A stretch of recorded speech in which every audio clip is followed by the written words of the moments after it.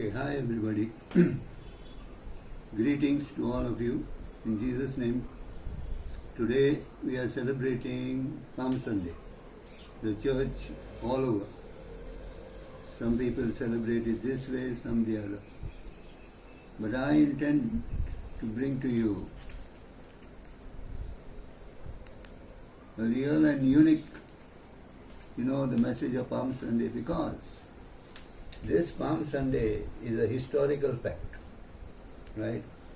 So we have to go into the history as the Bible shows us what happened on that day. And the message of this Palm Sunday is really a message of excitement, and because it is basically the beginning of the greatest victory that has been won by the Messiah Jesus Christ. Amen.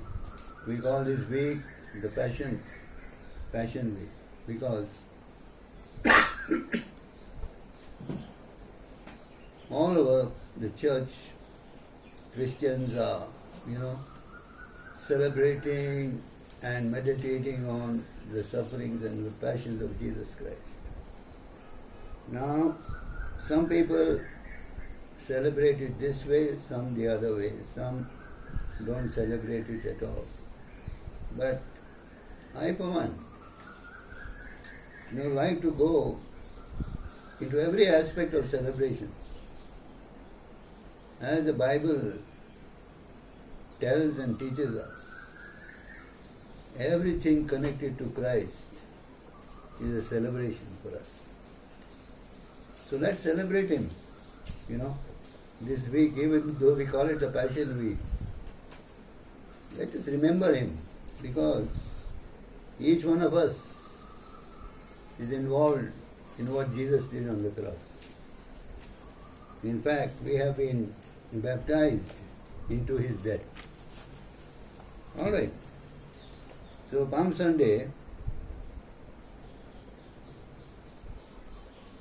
the main issue and theme of Palm Sunday is the triumphal entry of Jesus Christ into the city of Jerusalem.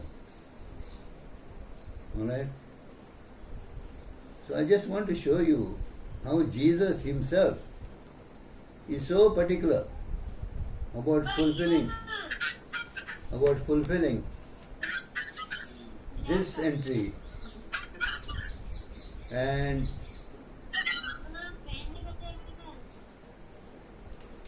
fulfilling this entry in the real prophetic sense, truth and picture.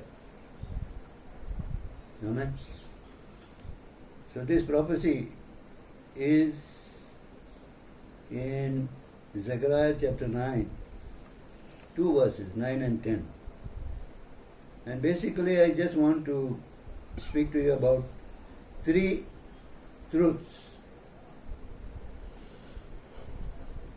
This prophecy is enacted in the Gospel of John, chapter 12, verses 12 to 15.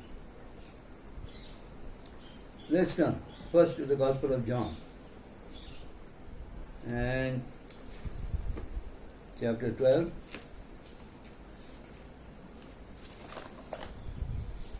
verses 12 to 15. It says here, describing the triumphal entry, the next day a great multitude that had come to the feast, when they heard that Jesus was coming to Jerusalem. Now this is the feast of the Passover, all right? We know that this Passover which they are celebrating commemorates the Passover when the Jews came out of Egypt. In that time they killed the Passover lamb. So in Jerusalem they are celebrating the feast of the Passover. Actually, the spiritual purpose is Christ to to enter into Jerusalem as God's Passover lamb. Amen. And change everything. Introducing the new covenant.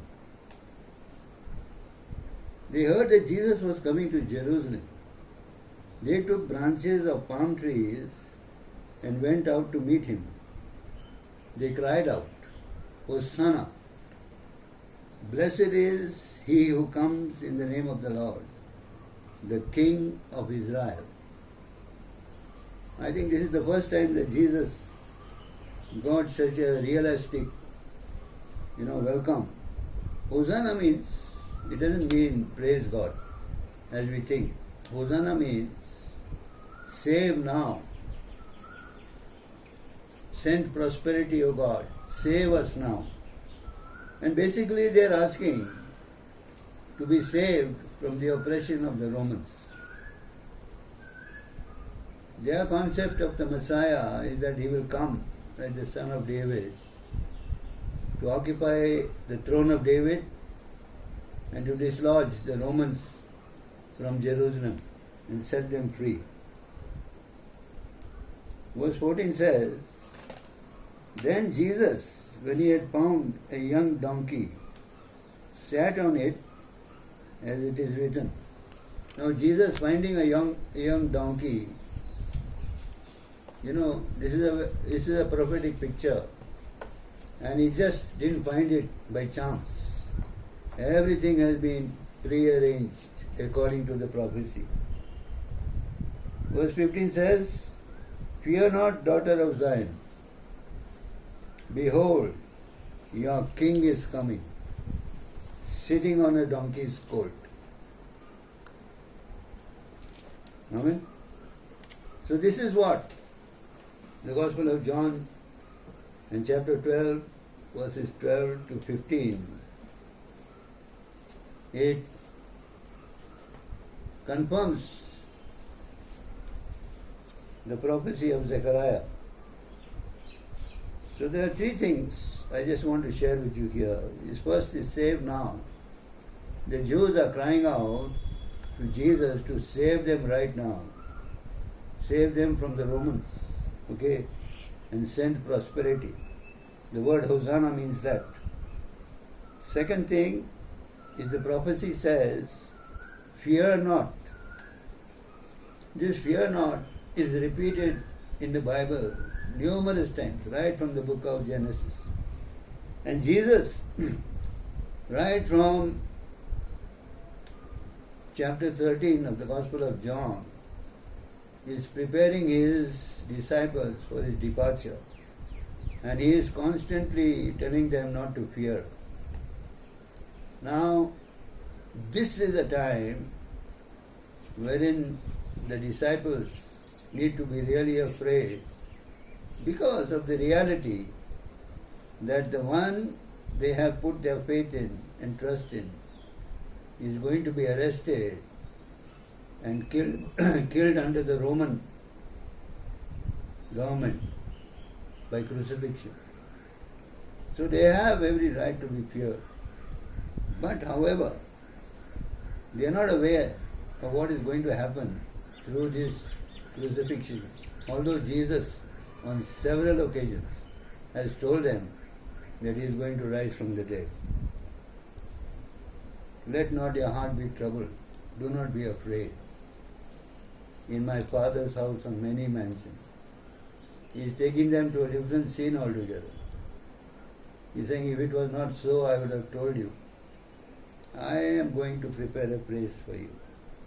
And if I go, I will come back. You see, these words are words of comfort and assurance. Amen. Then the next thing which I want to share with you is the word rejoice greatly.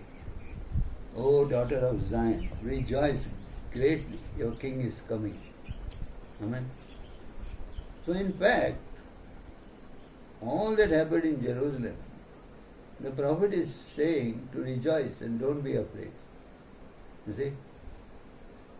Because the tables are going to turn around. Amen. So we need to understand that even in the most terrible of circumstances, Jesus is depending on the prophetic word, and he is going all out of his way to fulfill this prophecy. Okay? Zechariah 9 verses 9 and 10. So let's go through this prophecy, because this is the basis on which our message today will come forth. Here it says, Zechariah 9, 9 and 10, rejoice greatly, O daughter of Zion. You see, this scripture is somehow talking to a daughter of Zion and is telling her to rejoice greatly. It's communicating something to somebody. Shout, O daughter of Jerusalem. He's saying, rejoice and shout. Behold, your king is coming to you. He is just and having salvation. That means this king coming has salvation with him. Lowly and riding on a donkey. A colt, the foal of a donkey. Now look at the description. Your king is coming to you. He is just and having salvation. Lowly and riding on a donkey. A colt, the foal of a donkey. Very clear. Right? He gives the picture. And the prophet is talking to whom? O daughter of Zion. He's talking to the daughter of Zion. Not to the son. To the daughter of Zion. Verse 10 says, I will cut off the chariot from Ephraim and the horse from Jerusalem.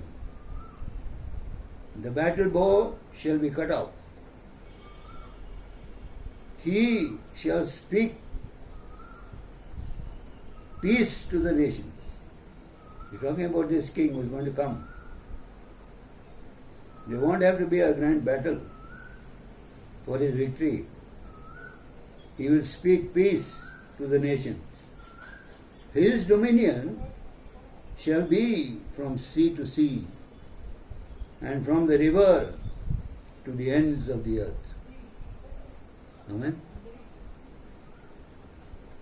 Look at this great picture of the king who is coming lowly on a donkey, the foal of a donkey. His dominion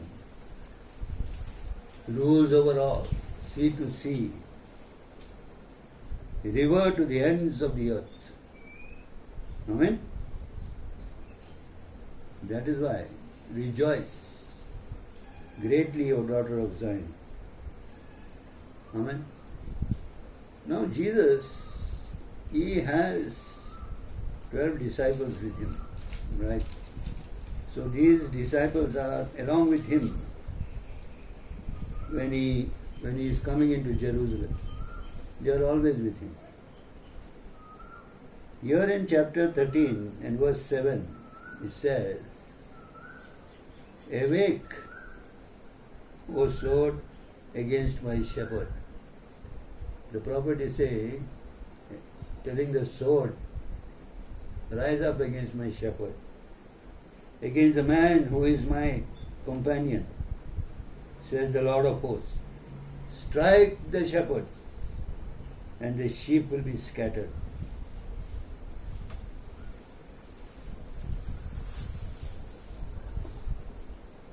This is another prophecy that is going to take place. When the shepherd is struck, the sheep will be scattered. And that is why you will see, that when Jesus is on the cross, except for John, none of his disciples are there.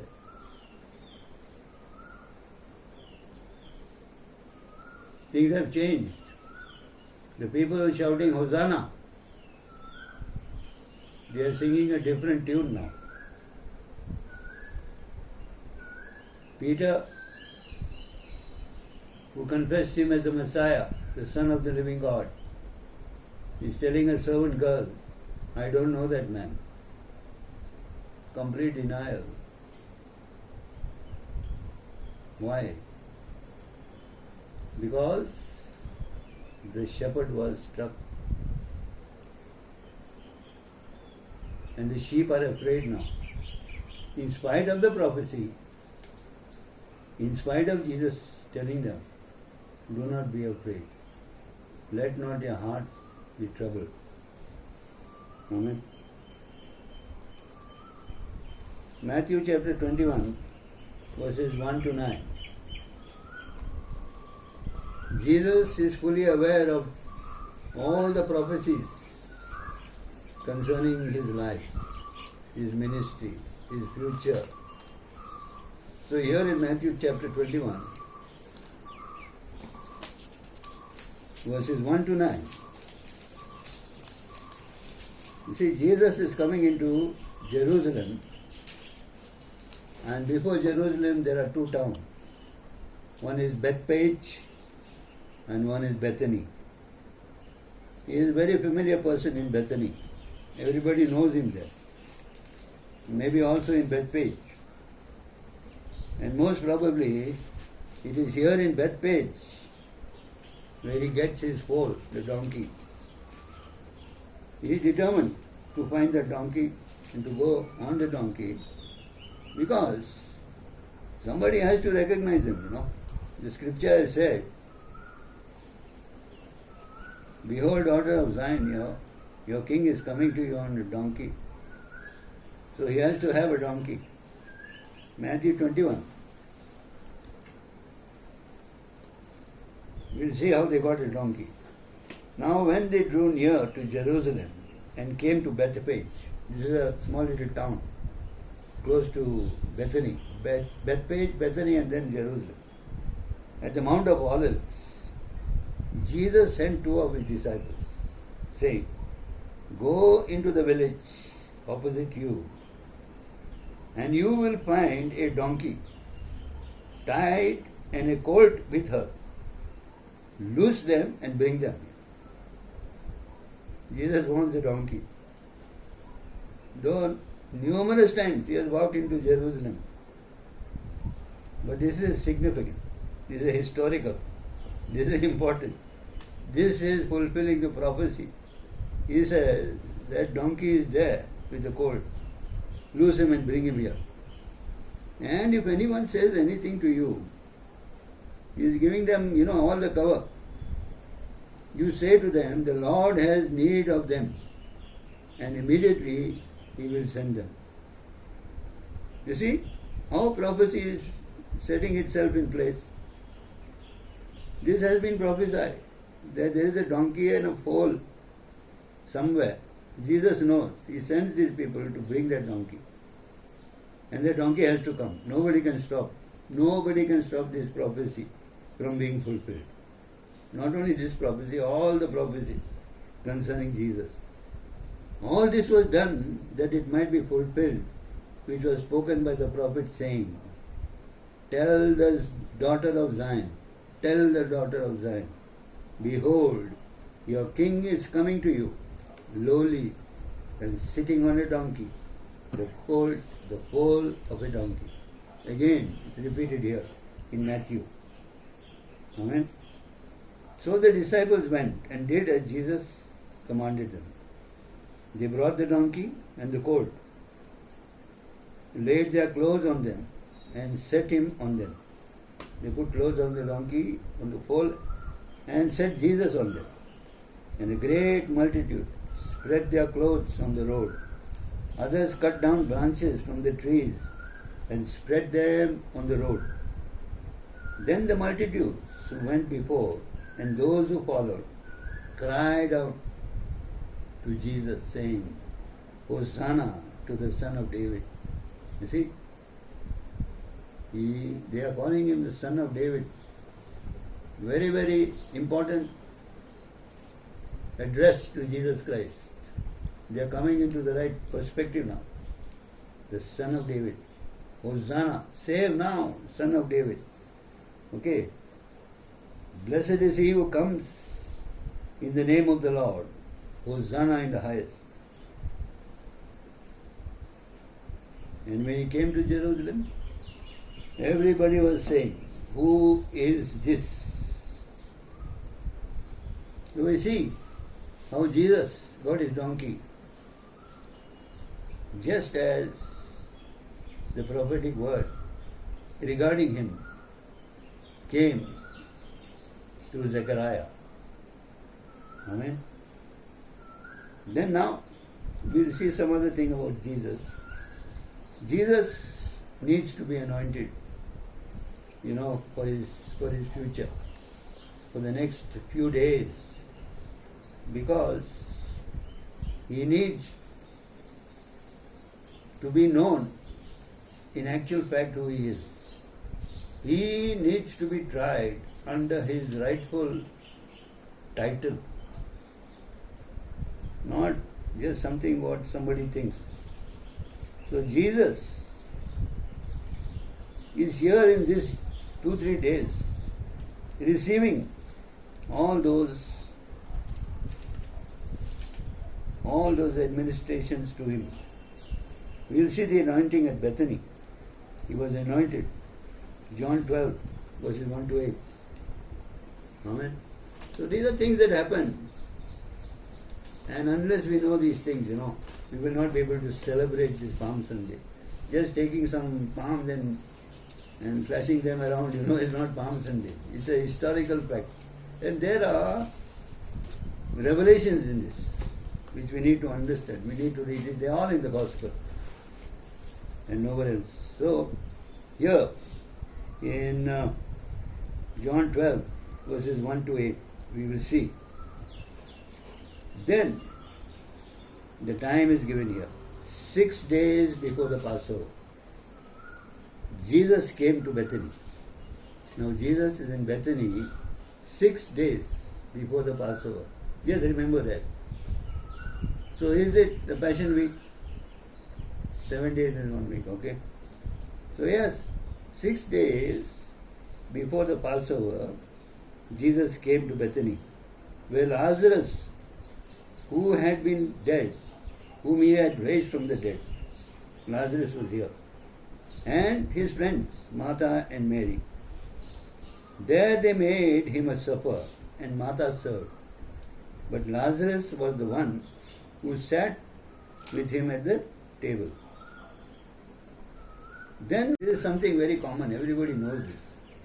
Mary took a pound of very costly oil of spikenard, anointed the feet of Jesus, and wiped his feet with her hair, and the house was filled with the fragrance of oil.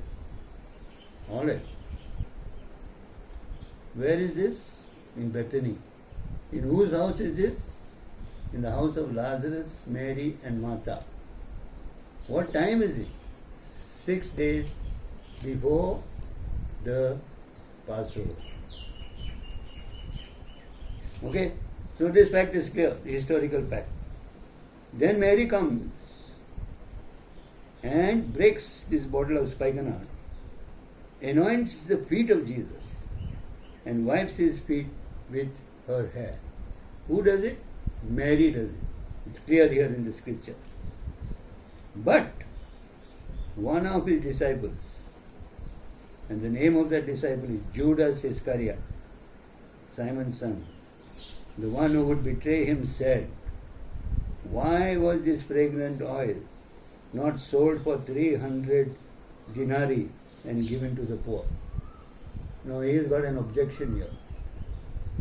Judas Iscariot's got an objection. And the reason for his objection is in verse 6. This he said, not that he cared for the poor. He didn't care for the poor. But because he was a thief and had the money box, and he used to take what was put in it. So, he was involved in financial mismanagement, irregularities, as you like to call it today. But Jesus told Judas Iscariot, let her alone. She has kept this for the day of my burial. For the poor you have with you always, but me you do not have always.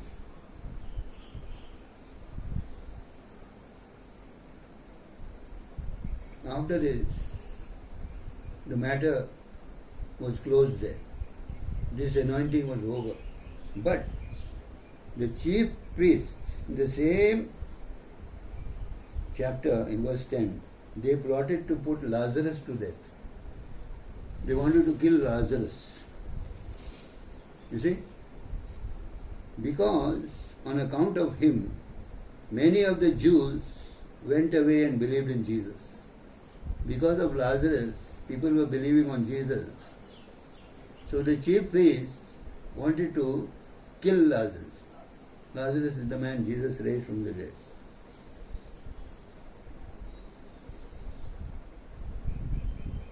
Okay. The next day, after this, was the triumphal entry of Jesus Christ after he received this anointing. The first time he went in.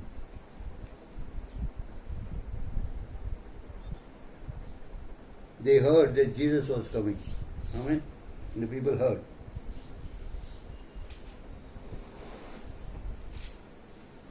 The second anointing.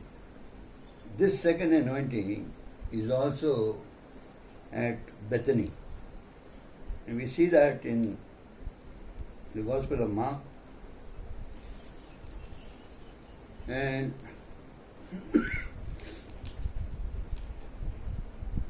Mark 14.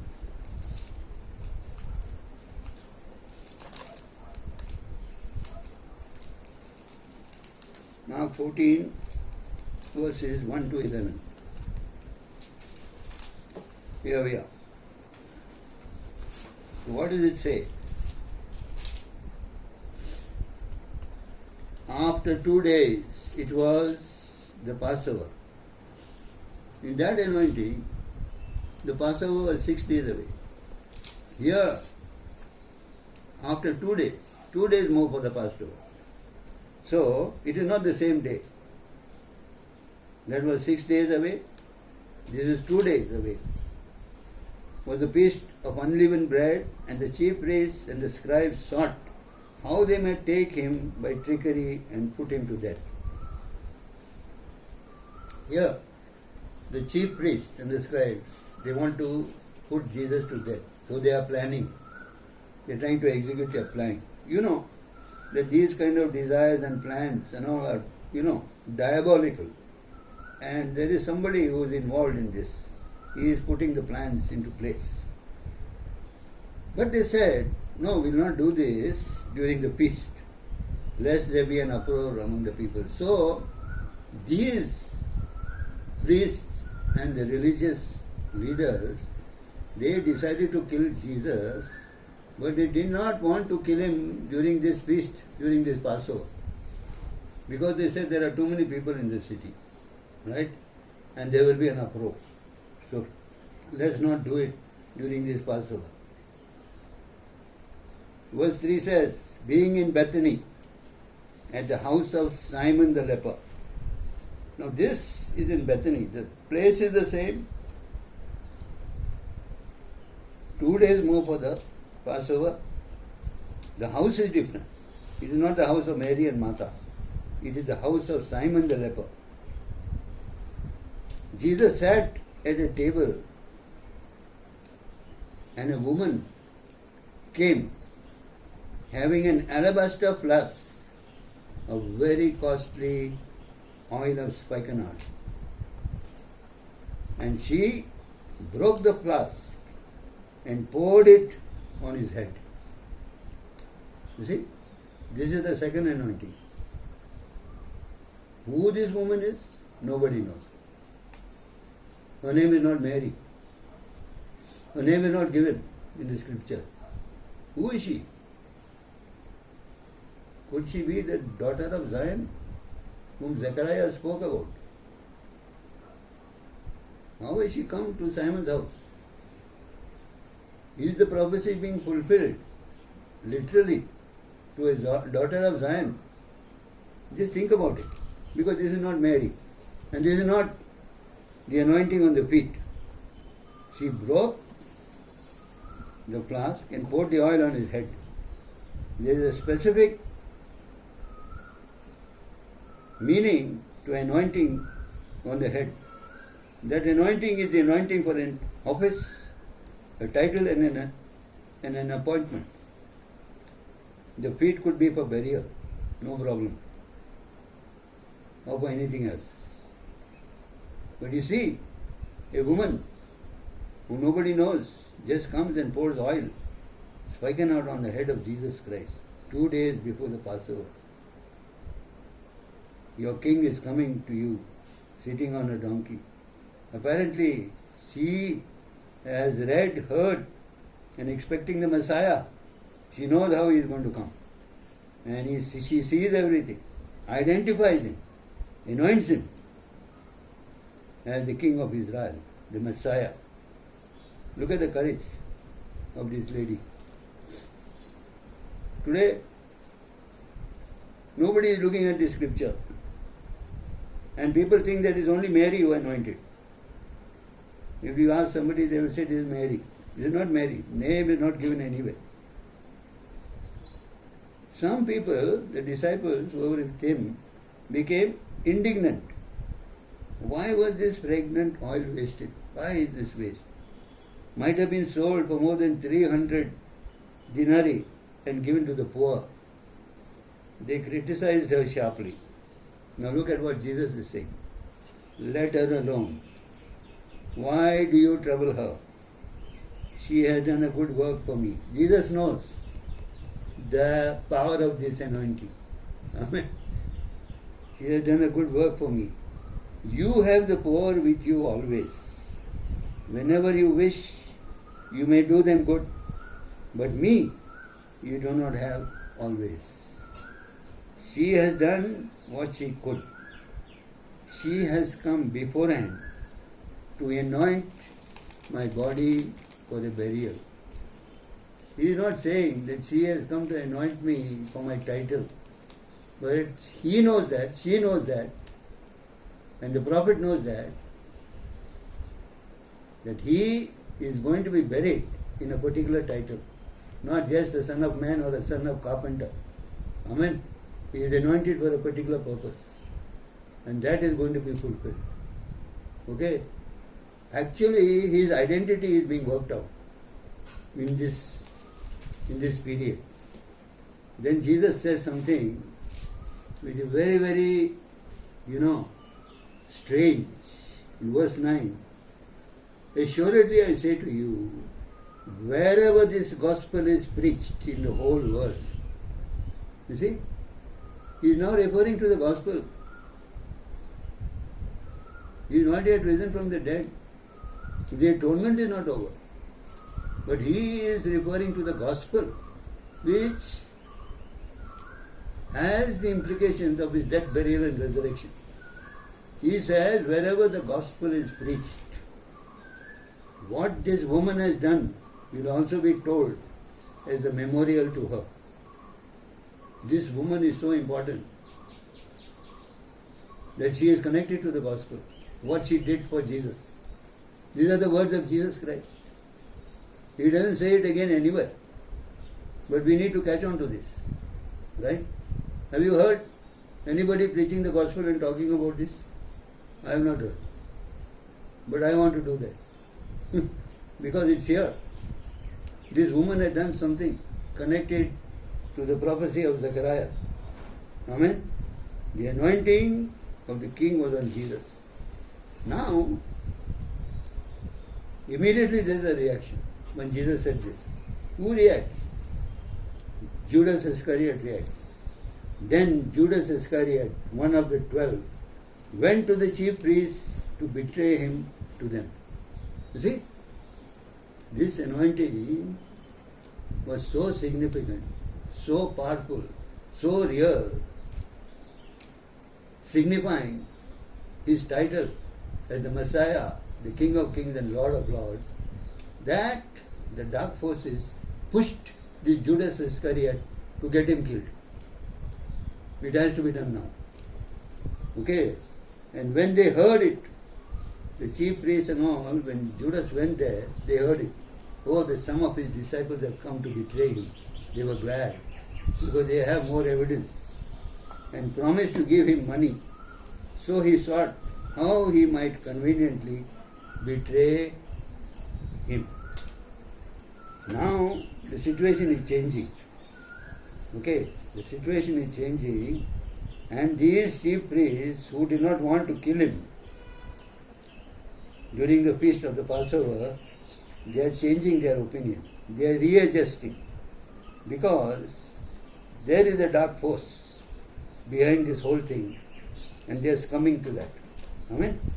Okay, so this Palm Sunday is very interesting. It's a very revelatory thing. How Jesus, knew exactly what was to be done and how he gave the command about this woman. What she did has to be proclaimed along with the gospel. The gospel is connected to what she did. Anointed as the Messiah, King of Kings and Lord of Lords, the Son of the living God. He was the one who was crucified. Amen. So Judas reacts. Okay. Now, after this, what happened was that Jesus went with his disciples. From John 12, we move to John 13. And here, some of the most powerful things that ever happened in the whole universe happened in John chapter 13, where they do another prophetic thing. That is, prepare to celebrate the Passover, to eat the Passover. Amen. So in John 13, that Jesus, he gathers his disciples, and as the custom of Israel, there was everything laid out there, the meal was prepared, the meal was prepared, and there was a bucket with water. Amen. There was a bucket with water, there was a towel, and there was supposed to be a slave there to wash the feet of the disciples, because they were, these apostles were guests, they were going to partake of the Lord's Supper, this Passover meal. But there was no slave there. They were all apostles. And Jesus, who sat on a donkey, he was there. So, seeing that nobody is willing to do this work, that he washed the feet of his disciples and wiped them, including the disciple who would betray him. Then, the institution and the change from the old to the new, the old covenant, the Lord's Passover meal shifted, and the new covenant altar was established. This is my body, which is given for you. This is the cup of my blood, the blood of the new covenant, shed for many, that sins may be forgiven. The most powerful words ever spoken by any human being. And we are so blessed to be a part of that altar. Amen. During this time, and sadly, when we partake, we remember what happened to him. All the suffering set aside, but this one word, on the night on which he was betrayed. You see, this word betrayal is a terrible thing. He was betrayed, he was denied, he was forsaken. But the greatest and most horrible thing was the betrayal of Jesus for the sake of 30 pieces of silver. His own disciples betrayed him. And we, whenever we approach this altar in the church, we remember that, what he said and what the scriptures say on the night in which he was betrayed. He took bread, he broke it. Amen. Take this, all of you, eat of it. Similarly, the cup. Jesus selected the cup of blessing for the cup for us. There were 4 cups there. The cup of praise, thanksgiving, blessing. He took the cup of blessing and said, this is the cup which I am giving to the church. The blessing of redemption. The blessing of redemption through his blood. What a great thing for us to remember. Is there any reason for us to fear when this has been done to us? When these things have been revealed to us? And then he says, what does he say? He says, when they are partaking of the meal, one of you is going to betray me. You see? Jesus wants to be open in every aspect in relation to his disciples whom he loved. Okay? So he says, one of you will betray me. So they are asking him, who is it, Lord? It is he who will take the bread after I have dipped it and I give it to him. He is the one. And what happens? Now is an entry now, which is very, very most significant, which the church must understand. A new entity enters into this, into the time, into the period. All the anointings, Mary, Martha, that woman, everything is over. As soon as Judas took that bread, verse 27 says, after the piece of bread, Satan enters him.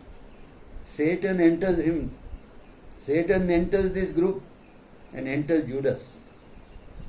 And Jesus boldly tells him, what you have to do quickly. It's a head-on conflict. Amen? Why? The devil is so afraid that his plan to murder Jesus will not be fulfilled because this Judas Iscariot is being exposed now. So he doesn't want that Judas should back out at the last stage. That is why Satan himself enters Judas Iscariot to fulfill this plan. And this shows us why we should not love the world. What is the constituent of the world? The ruler of the darkness of this world and the king of Israel, the King of Kings and Lord of Lords, the Messiah. The conflict is between two. And the world consists of the religious powers, like the Sanhedrin, amen, and the administration, the rulers, the Roman Empire ruling there, the governments, the human government, amen, the religious forces, and Satan, who is involved with all their activities. Satan is ruling over that system. Very clear. Satan enters there. Amen. So, you see, what you do quickly. So the battle is on. Amen. So Satan goes and the Sanhedrin change their mind. Now there are 3 trials by the Jews and 3 trials by the Sanhedrin for Jesus before he is sentenced to death by the Roman procedure for scourging and then chastising and then crucifying. During that time, 2 things happened. One question asked by the Sanhedrin, Matthew 26 verse 63. Tell us if you are the Christ, the Son of God. The chief priest is asking Jesus. He answers in verse 64. It is as you said. It is as you said. You see, Jesus now, he is not afraid of anything or anybody. He is completely in the Father's will. So far, so good, he says. And he's telling him, it is as you said. And then he's adding on something. He says, nevertheless, I say to you, hereafter you will see the Son of Man sitting at the right hand of the power and coming on the clouds of heaven. Amen. Who is this message for? This is for the chief priest, and it's also for us. He is going to come like that, not on a donkey. He is going to come with power and great glory. And he is going to come to Jerusalem. Amen. And we are all waiting for that. That is a prophetic word for us. Alright? Okay? Then, when he said this, the priest tore his clothes. The high priest, when he heard this from Jesus, he tore his clothes. That is the, damage he is inflicting on himself. Because he got very angry. But he right to say it now, because he is recognized, anointed, and he is sure of what is happening. The battle is on. And the devil is doing his job at the back. So, when Jesus speaks the truth, the chief priest tears his clothes and says he has spoken blasphemy. It's a blasphemy. What further witnesses? We don't need any witnesses. He is deserving of death. This is the way they decided that he is deserving of death. It's a wrong, illegal judicial procedure, trial. And it was done in the night. The Jews do not try anybody in the night. So everything was wrong there, procedurally wrong. Wouldn't be accepted in a court of law. Now he faces Pilate. So Pilate asks him a question. Are you the king of the Jews? It is as you say. Matthew 27 verse 11. He's telling Pilate, it is as you say. What you are saying is right. Amen? So Pilate washed his hands. He was afraid. There was nobody more fearful than this man Pilate. Look at the courage of Jesus Christ. Look at the assurance. Look at the power, determination that he is exhibiting in a trial, in a terrible trial and a future of, crucifixion. The same day he has to go to his suffering. Amen. This is happening in the morning at 9 o'clock. At about 8 o'clock in the morning. Whole night he has been tried by the Sanhedrin.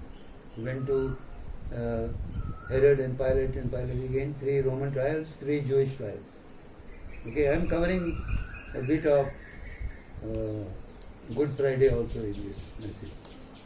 So this is the beginning of Good Friday, the beginning of trials. So you can go and meditate on his sufferings. And all those sufferings are on your behalf, for you. Amen.